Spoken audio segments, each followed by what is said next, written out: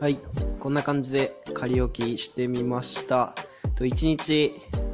中ずっと焼いて、この量しか焼けなかったので、こっちもあるし、向こうの部屋もあるので、まあ、1週間ぐらい覚悟してやっていこうと思います。ここの板と板の間にわざと4センチぐらい隙間を開けたのは、そこにセメント、コンクリートですね、石入れたものを流し込んで、ちょっと土間風な感じにしようと思っているので、この隙間を開けています。いやー、この回の撮影は結構長くなると思うので頑張ってやっていこうと思います。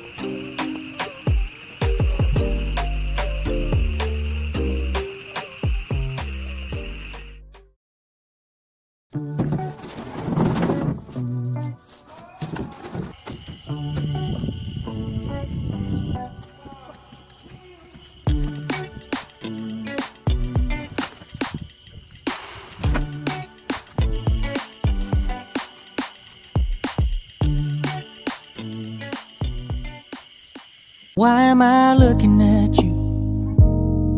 You're a picture in a frame. I make believe you're next to me,